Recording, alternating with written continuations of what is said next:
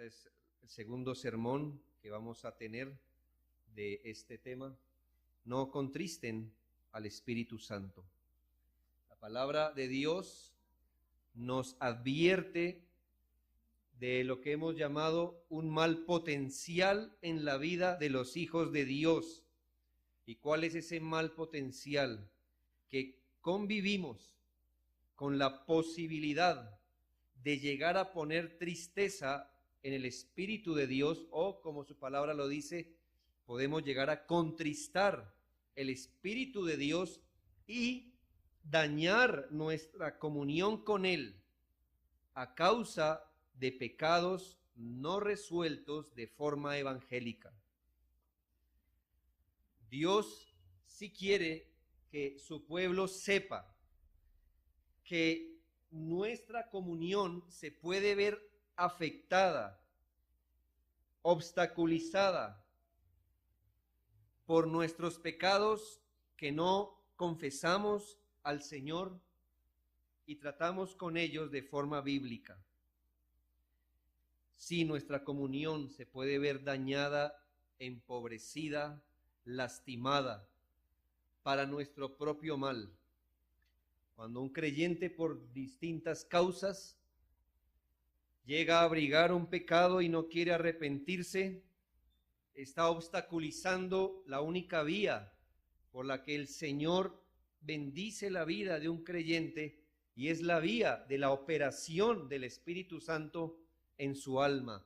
Dios ha querido que todas aquellas cosas que Cristo logró en la cruz del Calvario no sean aplicadas a nuestras vidas solo por el poder del Espíritu Santo. Y si un creyente entristece el Espíritu Santo, él está obstaculizando esa vía por la que el Señor comunica a Cristo y sus beneficios al alma. De manera que en sentido regular, Dios va a disciplinar a un creyente que contrista el Espíritu Santo. El Señor no se va a apartar de él, pero va a disciplinar a este hombre, a esta mujer, porque ¿cuál es el propósito del Señor? Sino conformar a un creyente a la estatura y la plenitud de Cristo, a su santidad. Mucho del letargo espiritual, de la dificultad para mantener buenas devociones, mucho de la pereza espiritual que creyentes experimentan, no solo son causa de entristecer al Espíritu Santo, sino que muchas veces son su consecuencia también. Vuelvo a repetir esto. Mucho del letargo espiritual, de la frialdad, de la pereza espiritual para mantener las buenas devociones, no solo son causa de contristar el Espíritu, también son su consecuencia de haberlo hecho. Y antes de seguir avanzando, deseo hacer 3 precisiones para que nuestro entendimiento se vaya ampliando con respecto a este tema, y por qué no decir precisando nuestro entendimiento. 2 de estas precisiones las saco de Efesios 4:30 y una del contexto de Efesios 4:30. Primer precisión antes de seguir con el tema. Si usted nota que dice Efesios 4:30, no solo nos dice no contristéis al Espíritu Santo, sino cómo le llama en este texto, Efesios 4:30. Es muy importante que usted mire la Escritura, que usted corrobore con sus propios ojos, de tal forma que su corazón quede ligado a la Escritura, no a mis palabras. Solamente dice no contristéis al Espíritu Santo, ¿o qué más dice allí? De Dios. De Dios. Dios quiere que sepamos lo siguiente, que el Espíritu Santo que en determinado momento un creyente puede llegar a contristar,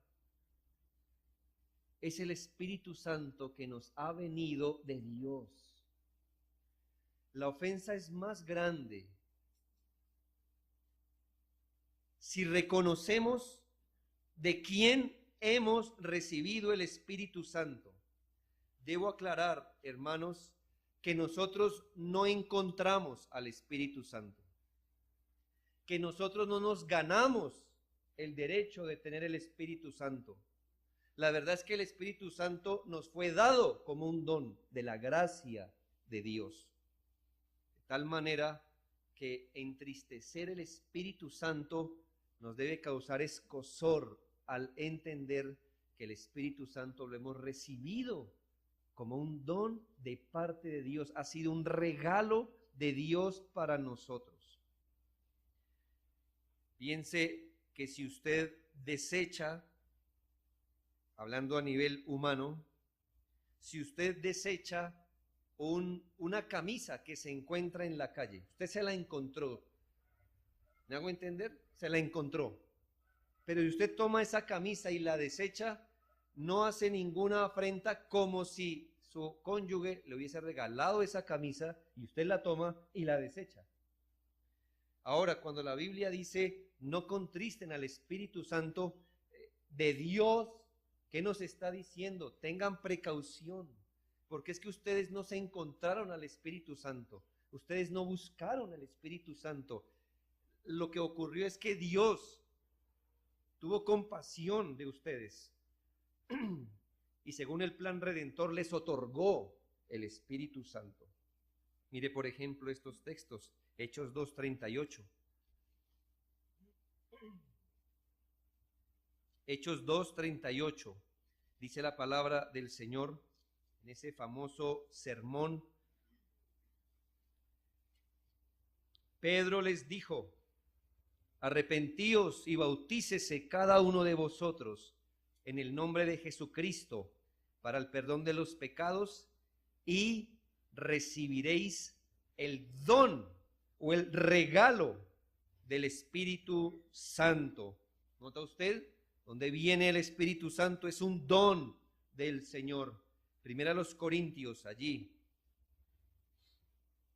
Seguido sigue Romanos, pero luego Corintios. Primera a los Corintios 2, versículo 12.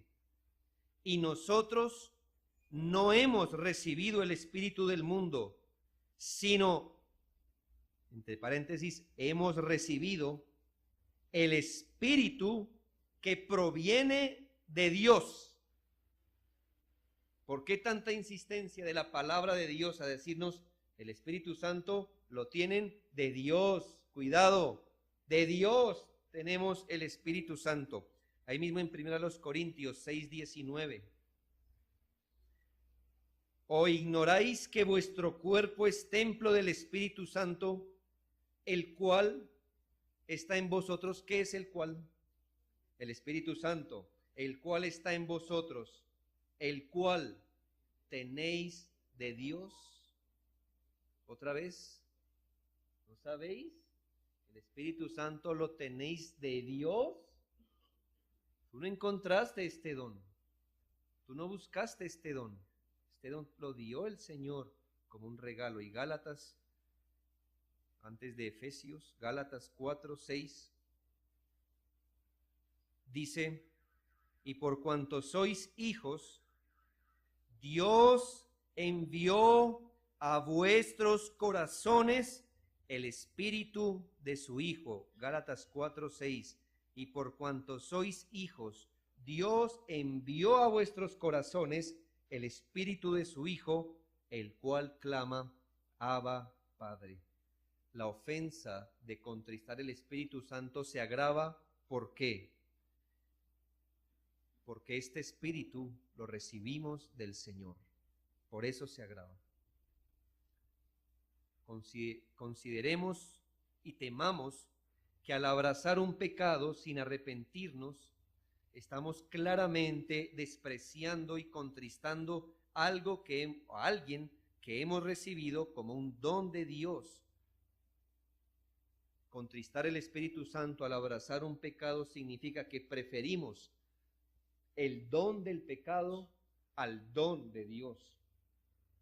Segunda consideración: En Efesios 4:30. No solo nos dice no contristéis al Espíritu Santo de Dios, sino que nos pone una consideración delante. ¿Y cuál es? Con el cual fuisteis sellados para el día de la redención. Mire que aquí está otro agravante. No solo hay un agravante para contestar el Espíritu, que lo hemos recibido de Dios, sino que, segundo, el Señor nos dio el Espíritu Santo a los cristianos, a los creyentes, como un sello hasta el día que sus planes redentores se consuman en nosotros. Quiere decir que el Señor, en su buena voluntad y su gracia, como ya lo vimos cuando expusimos Efesios 1, 13 y 14, donde nos habla del Espíritu Santo como un sello, quiere decir que el Señor protege nuestra vida y el Espíritu Santo es la garantía que tenemos que Dios va a cumplir sus promesas redentoras. Ahora, ¿qué pasa? Que cuando contristamos al Espíritu debemos considerar que justamente el Espíritu Santo nos fue dado como parte del plan redentor para hacer una bendita influencia, evidencia, sello, garantía hasta el día que seamos recibidos en gloria. No solo es que Dios nos haya dicho, mire, ahí tienen el Espíritu Santo, viene de mí, eso ya es suficiente, ¿no cree? Sino que el Señor dice, les doy el Espíritu Santo porque el plan de redención es imposible que se forme y se consuma en ustedes a menos que el Espíritu Santo esté allí. Imagínese el creyente contristando el Espíritu Santo sabiendo esto. Es tan necio quizá como si usted fuera a 5 días de excursión y yo le digo, muy bien, tome esta maleta, se la regalo, pero no solamente tome esta maleta, aquí están las provisiones para 3 días, allí en su expedición. Ah, bueno, pero usted entonces se pone a jugar con la maleta como si fuera cualquier cosa y riega las cosas por ahí y yo le preguntaría, ¿no entiende el regalo que le he dado? ¿No sabe que en algún momento y dentro de no muy poco usted va a necesitar esa agua que botó, esa comida que botó?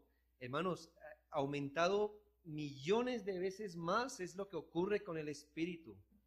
Aquí tienen el Espíritu Santo sin el cual no serían salvos, pero aquí tienen este sello del Espíritu. Ustedes no serán santos. La obra de Dios no se completará en ustedes a menos que el Espíritu Santo esté en ustedes y esté obrando en ustedes.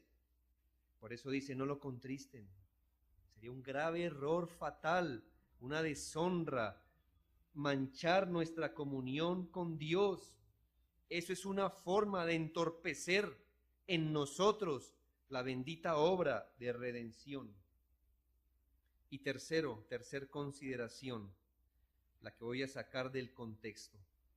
Jamás piense que el Espíritu Santo es contristado solo por pecados escandalosos sin arrepentimiento. Sí, nuestra mente natural reacciona de esta forma. Tenemos pecados escandalosos, como cuáles, el adulterio, la fornicación, el homicidio, el hurto, y ya tenemos esos pecados allí. Por supuesto que si una persona comete estos pecados sin arrepentirse, un creyente, y no se arrepiente, obvio contrista al Espíritu Santo. Pero me llama la atención, y a usted debería llamarle también, que la exhortación a no contristar el Espíritu Santo está en medio de ¿qué pecados?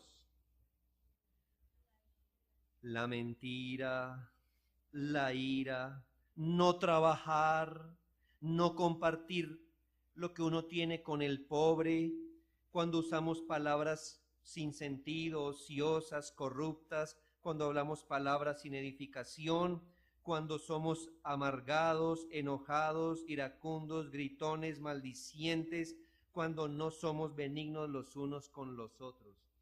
Es decir, hermanos, el Espíritu Santo se contrista con los pecados comunes que cometemos y a los que a veces ni les prestamos atención. Cuidado a esto, hermanos, que creo que si alguno cometiera un pecado escandaloso, pues todos nos taparíamos la boca, esta misma persona se sentiría convicta de pecado. Ah, perfecto, porque teme contristar el Espíritu Santo. Pero ¿qué tal la persona que hoy dejó caer una palabra sin edificación de su boca? ¿Y qué pasó? Que simplemente siguió hablando y cambió de tema. Y la pregunta es, ¿y qué pasó con lo que acabaste de hacer? ¿Por qué no paraste en el momento y fuiste y arreglaste las cuentas con Dios? Simplemente pensaste que cambiar de tema tapó y borró lo que acabaste de hacer. Alguna persona pudiera decir, bien, sí, esta mañana grité a mi esposa, grité al que me cerró allí, lo grité, sí, soy consciente, pero ya llegué a la iglesia y ya pensé en otra cosa y ya me calmé. ¿Qué hizo falta allí? ¿Qué hizo falta allí? Arrepentimiento. Ah, pero la gritería es un pecado tan común entre nosotros. ¿Qué tal la ira? ¿Qué tal el enojo? ¿Se ha enojado? Quizá hoy, esta mañana, ahorita mismo, se ha enojado. ¿Y qué pasa? Ah, no, ya se me pasó. Bien, sí, pero ¿qué faltó ahí? ¿Qué faltó ahí entre que se enojó y ahora ya no está enojado? ¿Qué faltó ahí? Faltó arreglar cuentas con Dios.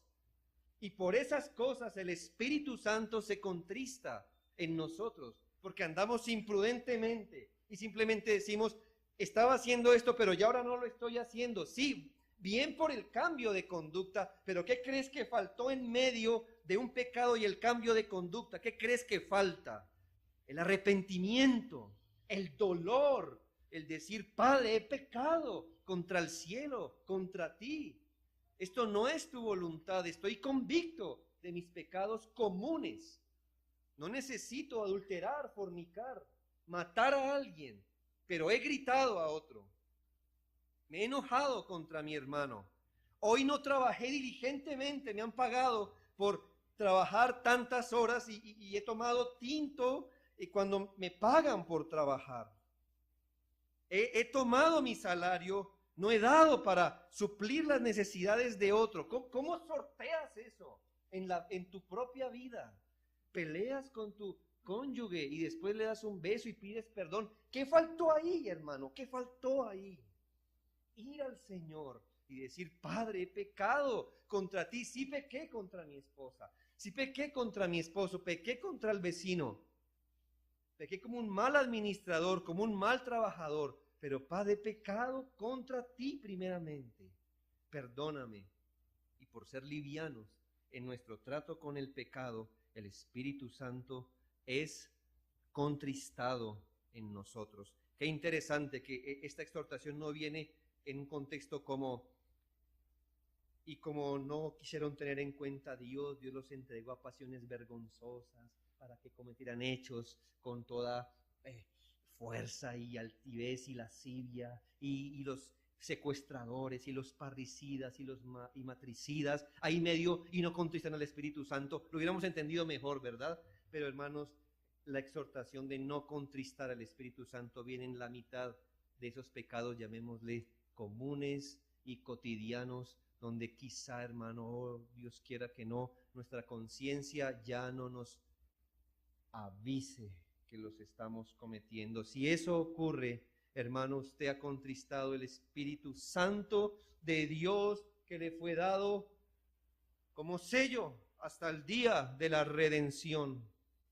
Cuando los sensores espirituales ya no se prenden con facilidad, significa que el Espíritu Santo le ha dejado a expensas de su propia miseria, de lo que pueda sentir su propio corazón. Piense, hermano, que cualquier tipo de idolatría, hermanos, quizá haya gente que ya ha planeado no asistir a los cultos cuando juegue la selección Colombia. Sí, quizá ya lo haya planeado hacer así. ¿Qué tipo de idolatría es esa? Que luego apareces el otro domingo como si nada hubiera pasado. ¿Qué crees que falta ahí?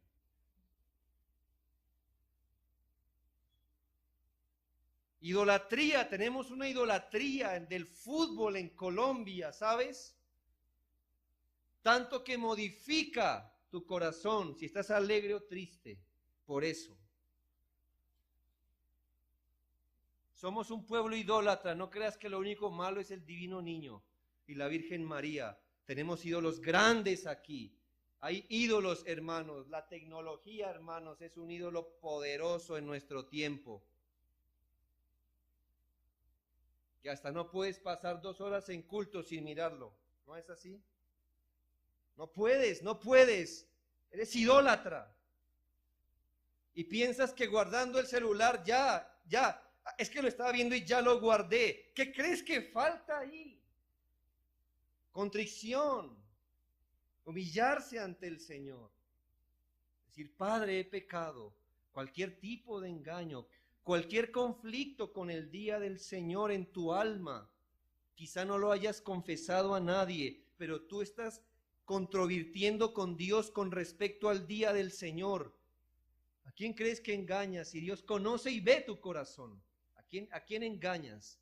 Por no guardar el día del Señor, muchos han entristecido al Espíritu Santo de Dios, con el cual fueron sellados para el día de la redención o hasta el día de la redención. ¿Crees que uno puede profanar el día del Señor y no pasa nada?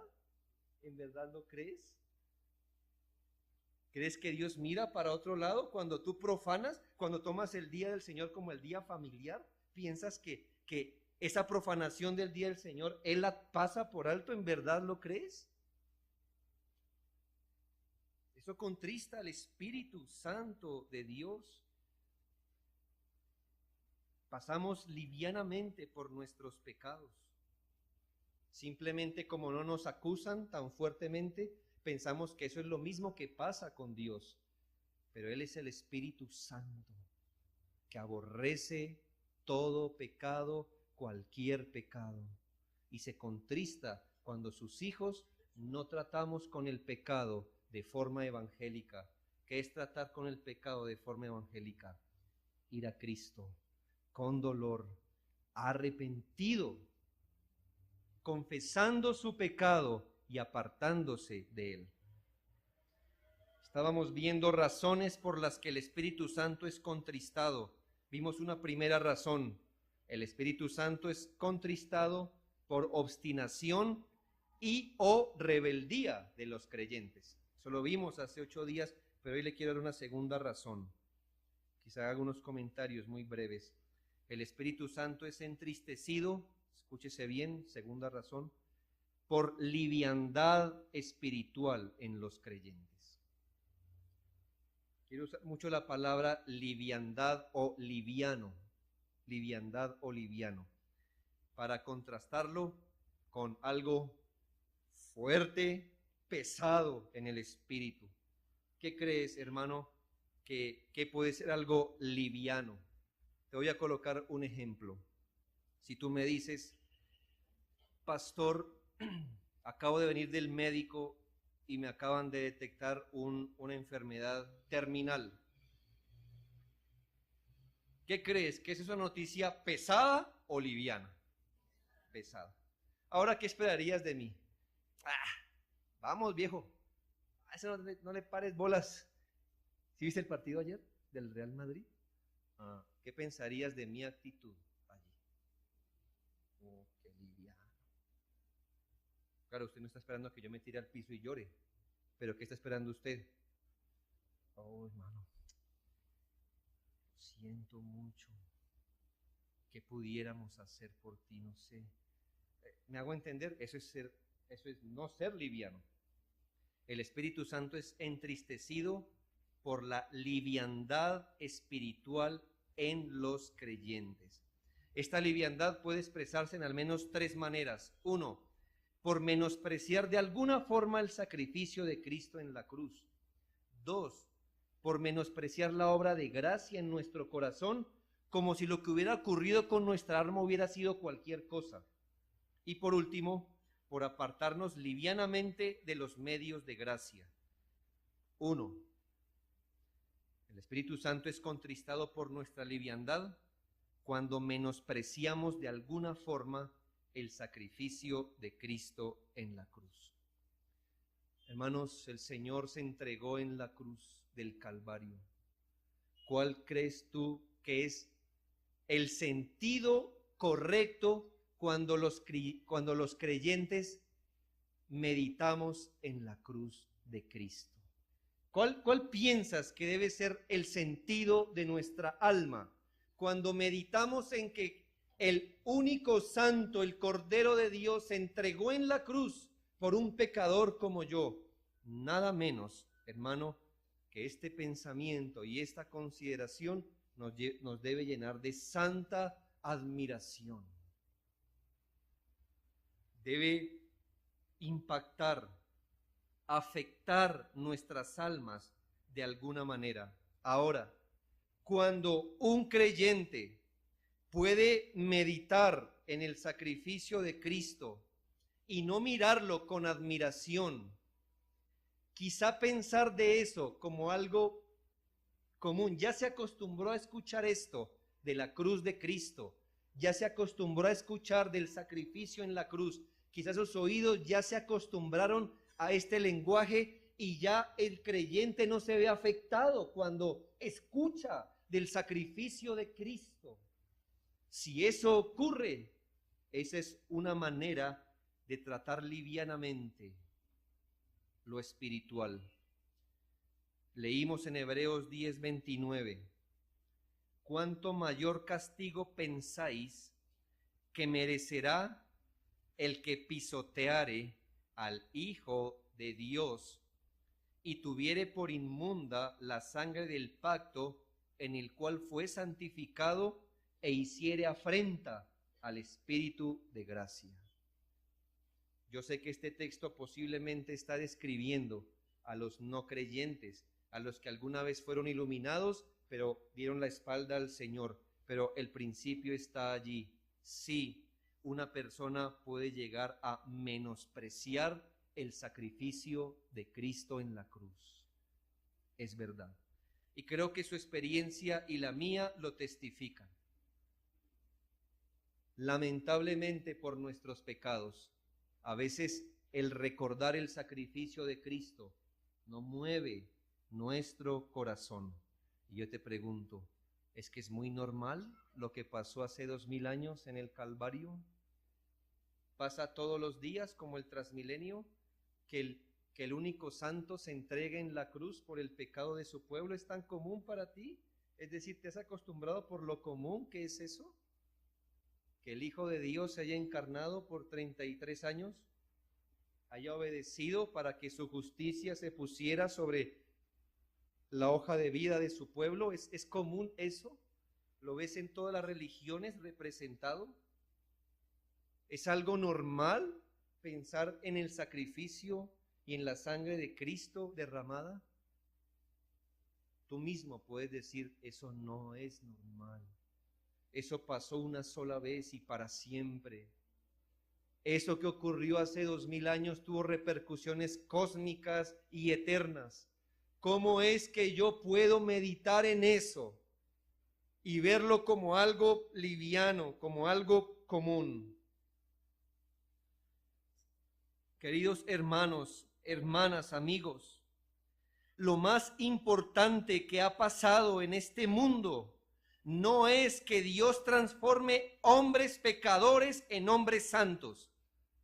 Lo repito, lo más importante que le ha pasado a este mundo no es que Dios transforme hombres malos en hombres justos.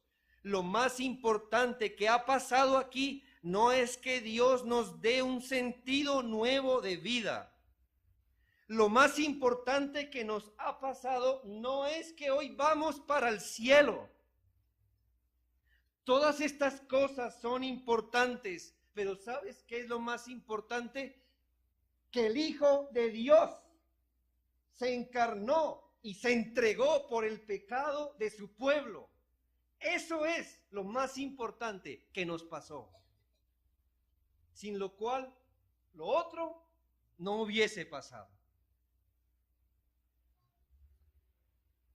Temo que a veces nos gloriemos más en nuestra propia vida que en el sacrificio de Cristo. Y cuando eso hacemos, contristamos el Espíritu Santo. Medita, querido Hijo de Dios, que tanto admiras esa bendita obra. Y mídelo así. ¿Eres tú de los que cada día agradece con sentido de peso en el alma? Gracias por el sacrificio en la cruz. Tú puedes testificar que eso hace parte de tu oración común todos los días. Si tú puedes decir no, entonces tú estás tratando livianamente el sacrificio de Cristo como si cualquier cosa hubiese pasado hace 2000 años. Si pensar en Cristo no conmueve tus entrañas, si detrás de cada devoción o sacrificio espiritual o servicio en la iglesia no está latiendo una consideración que nos dice, Él se entregó por mí, Él se entregó por mí. ¿Acaso, hermanos, el amor de Cristo te constriñe? ¿El amor de Cristo te obliga, te inclina a hacer cosas? ¿Qué es lo más importante que nos pasó, hermanos? ¿Que vamos para el cielo o que gracias a Cristo y su sacrificio vamos para el cielo? ¿Ah? ¿Es diferente? Sí. ¿Qué es lo más importante? ¿Que somos nuevas criaturas o que por la sangre de Cristo en el Calvario somos nuevas criaturas? ¿Qué es lo más importante? ¿Que todo nos ayude para bien o que por la muerte de Cristo todas las cosas nos ayuden para bien? Jamás, hermanos, jamás menospreciemos en nuestro corazón o tengamos como algo liviano la sangre de Cristo Jesús, porque al hacerlo, hermano, contristamos el Espíritu. De hecho, le estoy dando otro motivo de oración cada noche. Oh Padre, si hoy pude pensar en el sacrificio de Cristo en la cruz y no conmover mis entrañas y no traer un poco de peso en mi vida, perdóname por ser liviano. Yo puedo pasar por enfrente de la fotografía de mi familiar que ya no está con nosotros y lloro. Yo puedo recordar mi familiar que ya no está con nosotros y lloro. Pero puedo recordar tu sacrificio en la cruz y pasar a ver televisión, hacer mis actividades como si lo que tú hubieras hecho conmigo fuera algo común y corriente. Cuidado con menospreciar la sangre de Cristo. 2. El Espíritu Santo es contristado por nuestra liviandad cuando menospreciamos la obra de gracia hecha en nuestro corazón.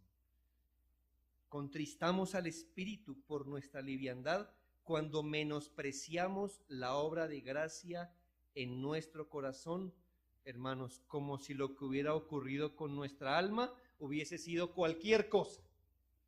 Y yo le pregunto, hermano, ¿lo que pasó en nuestro corazón ha sido cualquier cosa? Es decir, es muy común, o sea, lo ves en masa, lo ves en multitud, que Dios tome el alma muerta de un ser humano, le dé vida por su gracia, le apareje de fe y de arrepentimiento, le haga crecer amor por su Hijo. ¿Lo ves todos los días que ocurre? ¿Ves qué es lo común allá afuera? Que el Señor ande salvando almas, poniéndole sobre su cuenta la justicia de Cristo, es muy común. Es algo liviano, pasa todos los días. No, mis hermanos, quizá usted sea el único creyente de su familia y eso ya le dice mucho, que Dios no hace eso, ni todos los días, ni con todos los integrantes de una misma familia, porque a Jacob amé y a Esaú aborrecí. Es muy liviano lo que pasó con tu alma. Mi pregunta es, ¿por qué la tratas tan livianamente? ¿Por qué eres capaz de hacer con tu alma lo que de ninguna manera harías con tu cuerpo? ¿Por qué haces con tu alma lo que jamás harías con tu billetera ni con tu celular. Déjame ilustrar el punto. Tú no dejas tu cuerpo sin alimento en situaciones normales, ni un solo día, pero tú sabes que pasan días que no lees la Escritura. Tratas livianamente tu alma,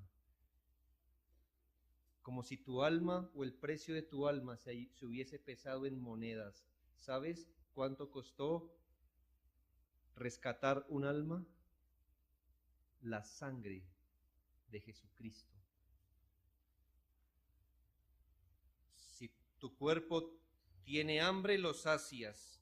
Si tiene frío, lo abrigas. Si tiene sed, le das de tomar. Piensas en las inversiones que vas a hacer, calculas. Cuando enfermas, yo te pregunto, cuando enfermas y el médico está a 1 hora de camino y tu cita es a las 6 de la mañana, ¿qué haces? ¿Qué haces con tu cuerpo? ¿Qué haces con tu cuerpo? ¿No estás allá? ¿Media hora antes? ¿Por qué con tu alma no haces lo mismo? Tu alma creyente, tu alma valió la sangre de Cristo. Fue comprada con inmenso precio. Por el rescate de un alma, Cristo fue despreciado. Él fue abandonado y ajusticiado. Su sangre corrió en su cuerpo y encharcó el pie de la cruz para redimir las almas. Y los creyentes descuidamos nuestra salud espiritual livianamente. ¿Así valoras tu salvación? ¿Así valoras que vas al cielo a comparación de millones de personas? ¿Así valoras? ¿Así pesas tu alma? Ah, sí, soy salvo. Ah, sí, está bien. Ah, sí, soy. ¿Y cómo te fue hoy? No es lo mismo. No es lo mismo. Al alma le damos de comer cualquier cosa. Nos damos el lujo de ausentarnos de las reuniones de la iglesia, de no venir a orar, porque el alma aguanta, ¿no? Porque el alma finalmente le costó fue a Cristo. Su sangre preciosa se derramó. Por eso la tratamos así. Por eso no oramos en casa. Por eso no alimentamos nuestra alma. No la cuidamos de malos pensamientos, de malas conversaciones, de malas escenas. ¿Piensas que la salvación de tu alma es cualquier cosa como para tratar tu vida espiritual con semejante descuido? Tú pasas días en que no piensas en la eternidad. Y yo te pregunto, tener vida eterna con Cristo es normal, ¿verdad? Normal. Eso se encuentra en cualquier lugar. Pero podemos pasar días en que no pensamos en la eternidad. Cristo dio su sangre y su vida por ti, pero tu alma no le da su esfuerzo ni su tiempo al Señor. ¿Acaso puedes escuchar las palabras, necio? Esta noche vienen a pedir tu alma, y lo que has provisto, ¿de quién será? Así es el que hace para sí tesoro y no es rico para con Dios. ¿Por qué pienso que valoras más tu trabajo, tu entrada económica? ¿Por qué pienso que para ti es más importante tu familia que tu propia alma? ¿Por qué pienso que tu comodidad es más importante para ti que tu alma? ¿Por qué cambias a Cristo, quien no escatimó lo temporal para darte la eternidad? ¿Por qué tú cambias la eternidad por algo temporal, cuando ni siquiera Cristo, el que compró tu alma, lo hizo? Así se contrista el Espíritu Santo. Él no está jugando a ser Espíritu Santo, pero quizás estemos jugando a ser cristianos.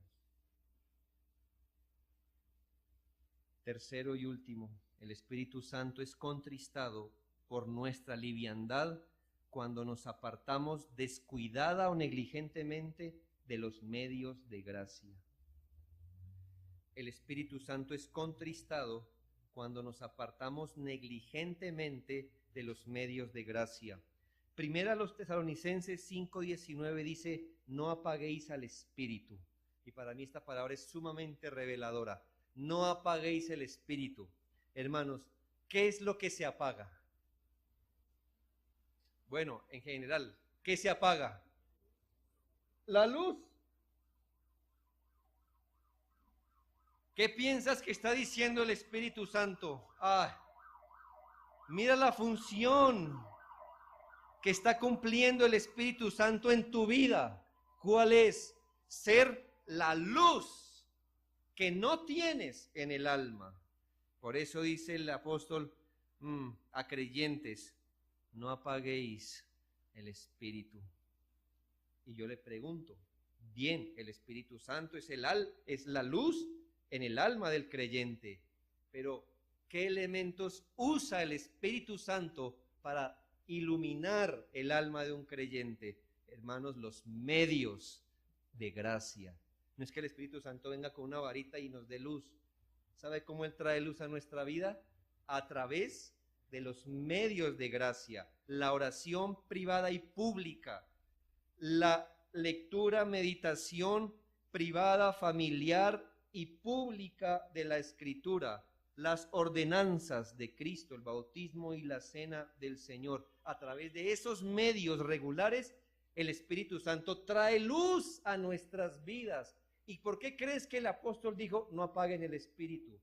Hermano, porque los creyentes, al tratar livianamente los medios de gracia, podemos apagar la obra del Espíritu en nuestra alma.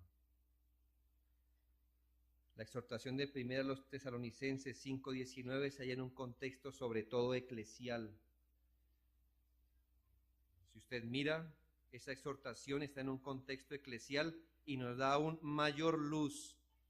¿Qué quiere decir? Que tú puedes apagar el espíritu cuando no vives una vida eclesial de acuerdo a las Escrituras. Sí, querido hermano, hermana y amigo, si usted solo asiste a esta iglesia, pero no está viviendo una vida eclesiástica en los términos de la Biblia, usted contrista al Espíritu Santo cada semana.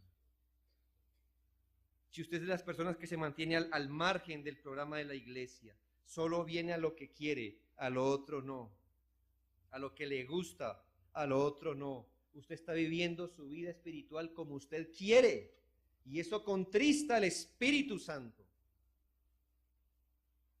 Porque la comunión con Dios la establecemos es en sus términos, no en nuestros términos. Eso contrista al Espíritu Santo. ¿Por qué eres negligente en los medios de gracia? ¿No sabes que esa es la luz del Espíritu en tu alma? No menosprecies los medios de gracia, como si todos tuvieran la oportunidad de tenerlos y entenderlos y ser aplicados por el Espíritu Santo al alma. ¿Por qué eres reacio a orar aún en tu propia casa? ¿Por qué tus oraciones son de 10 o 15 minutos y son pálidas y frías? ¿Por qué no te acercas continuamente a las Escrituras? ¿Por qué no haces el devocional con tu familia lo más regular que puedes hacerlo? ¿Por qué las sillas se tienen que recoger para el culto de oración en este lugar? ¿Por qué? Avergüénzate hoy delante de Dios en verdad. Trae vergüenza a ti cuando deliberadamente cambias venir a un culto por hacer tus propias cosas. Sí, avergüénzate hoy. Eso contrista al Espíritu de gracia. No es raro que si el jueves faltas al culto, el viernes se te haga pesado orar en la mañana. No se trata de la iglesia, se trata del Espíritu Santo y los medios de gracia. Y llegas al domingo arrastrando los pies y empiezas una decadencia continua. ¿De dónde provino esto? De la liviandad con la que tratamos los medios de gracia. Escuche tres citas de dos hombres de Dios. John Owen escribió, el gran puritano, Estoy persuadido que son bien pocos los que apostatan de una profesión en la que hayan estado algún tiempo, cuya puerta de entrada a un enfriamiento necio haya sido originalmente un pecado grande y notorio. Él está diciendo, sí, confieso que mucha gente que hoy ha apostatado de la fe, ¿cómo empezó su camino a la apostasía? Con un pecado grande y notorio. Pero dice, pero también ellos han apostatado, quizá la causa fue un conjunto de descuidos en sus deberes privados, provocados por el cansancio de luchar contra la poderosa aversión que descubrieron en su interior hacia esos deberes. Este puritano vivió lo suficiente para decir, yo he visto gente apostatar de la fe por dos causas, porque cayeron en pecados graves y segundo, porque descuidaron sus pequeños deberes espirituales. Él dice en un libro llamado La Tentación, ese también lo tenemos aquí, si usted es negligente en velar y orar, las consecuencias pudieran ser dobles. Seguramente tarde o temprano caerá en pecado y también Dios en su desagrado le pudiera disciplinar. Si usted sigue el ejemplo de David en ser negligente y descuidado, quizá también tendrá que experimentar la amargura, el sufrimiento y el desagrado y la disciplina de Dios que experimentó David. Y dice Thomas Watson en el libro El Padre Nuestro, también está aquí, dice lo siguiente, de individuos que entienden que deberían leer la Escritura, consultar la palabra de Dios, pero dejan la Biblia colgada como una armadura herrumbrosa y raramente la utilizan. Soportan en sus manos mejor una baraja de naipes que la Biblia. Saben que sus hogares deberían ser escuelas de piedad y sin embargo no hay religión en ellos. No perfuman sus casas con la oración. ¡Qué hipócritas! Son aquellos que se arrodillan en la iglesia y elevan sus ojos al cielo diciendo, hágase tu voluntad, y en cambio no se preocupan en lo más mínimo por hacerla. ¿Qué es esto sino alzar una bandera desafiante contra el cielo? La rebelión es un pecado tan grande como la hechicería. Creyente, que de forma arbitraria desechas con liviandad y ligereza los medios de gracia, que no oras en tu aposento, que tus oraciones son pocas y desconcentradas, tú que no oras con la iglesia pudiendo hacerlo, tú que empeñas el santo día de Dios para tus negocios, que prefieres el día familiar al día del Señor, que no aprecias las enseñanzas del Señor, que te abstienes deliberadamente de la cena. Tú, creyente, has contristado el Espíritu Santo, le has apagado al apagar los medios que Él usa para iluminar el alma. Te quejas de tu confusión, de tu falta de entendimiento de la Biblia, de tu fuerza espiritual, de tu pereza, te quejas. ¿Pero por qué ha venido esto? Porque has contristado al Espíritu Santo, con el cual fuisteis sellados hasta el día de la redención. ¿Cuál es la solución, hermanos? Una y la misma. Si este fuera su caso, no existe otra vía sino el arrepentimiento sentido, doloroso, consciente y humilde ante Dios. Venga a Cristo, confiese su pecado y apártese, pero no abrace más esos pecados de liviandad con los que contristamos el bendito Espíritu de Dios. Oremos.